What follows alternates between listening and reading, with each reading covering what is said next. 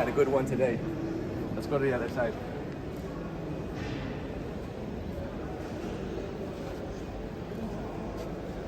Right there. Press that button in. That opens up. We'll go to the inside in just a second. I want to show you guys the outside. Because just a few days ago, this actually flew up. Like this exact one flew up in the air. This is going to be a prototype for the world's first ever flying car. It's called the XPeng X2. And it looks freaking sick. I mean, look at those headlights, super aggressive. Windshield is crazy long. It's got the light going down the middle as well. But what you probably didn't see is under here, we got a little hidden button right there. Press that, this pops up. Then what you get, that's your charging port. It'll take about 3 hours to charge this thing. And once it's fully charged, you can fly it in the sky.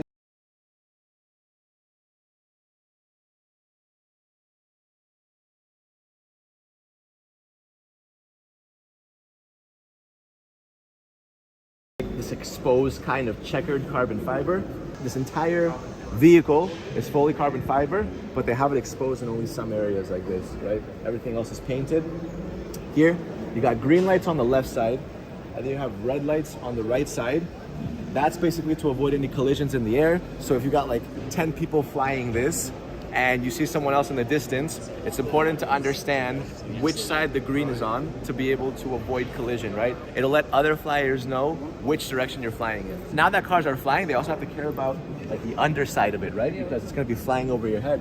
You know, right now, cars, like they make the outside look nice, but the inside looks terrible. You got all these tubes and pipes and rust and everything going on. Now they gotta make the underside look good. So this right here is gonna turn into this, the world's first flying car. This is coming out in 2024. From the back, what I like is that again, you have like this underside tail light. You got some fins down there, some arrows. Like kind of like almost like a rear diffuser. It's so strange. I wonder if this is the future of like Supercar Blondie. We're gonna have to start reviewing flying cars. This is my first time ever reviewing a flying car, and I gotta get used to the names. Like, do you call that a rear diffuser? Do you call it arrows? Do you just call it fins? All right, XPeng over here. What's cool is that all these propellers will actually fold. You can see the folding point right here. This would all fold up, make it more compact, easier to park maybe. Maybe you're gonna park it in your balcony, I don't know what the future of parking looks like. All right, so going to the inside, you have this like exposed collage-like carbon fiber all in the cabin with the Alcantara leather on the seats and on the roof. Ambient lighting, just because it looks cool and futuristic. But let's hop inside. All right, so up here we got like fighter jet style toggles. See, play around with that. That's fun to play around with. Up here you have the on and off button.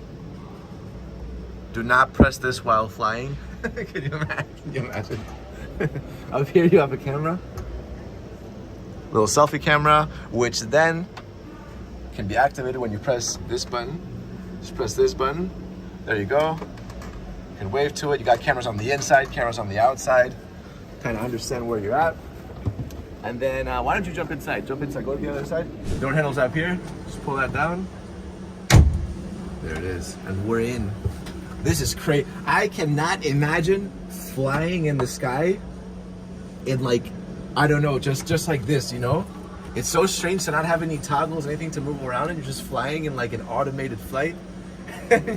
you'd be like 1 kilometer in the air. It's pretty scary. I think a lot of people are gonna get a bit intimidated when these flying cars start becoming the norm, because it is pretty scary stuff. In the middle is your climate control, but right there you can press that, and then this will let you know information on your sensor, your battery, your motor, your flight time, a bunch of different options. If you want to select your flight, just press start like that. Select where you want to go, 20 minutes away, 23 minutes away. As I said, this thing will be able to fly for up to 35 minutes safely. I asked him, I was like, what happens if you fly 36? You know, does it just go down? He said, no, it's fine. But 35 is like the safe amount of time that you should be flying. So let's say you want to go to Ohio Island Northwest. Press that, it'll tell you how to get there. You press takeoff. Can you imagine I press takeoff? Just shoot straight into the roof. Both passengers have displays like that. That'll show you like your speed, your altitude, different, I don't know, batteries, your engine. I just can't get over the thought, like imagine it, you get like a check engine light up in the sky, like panic,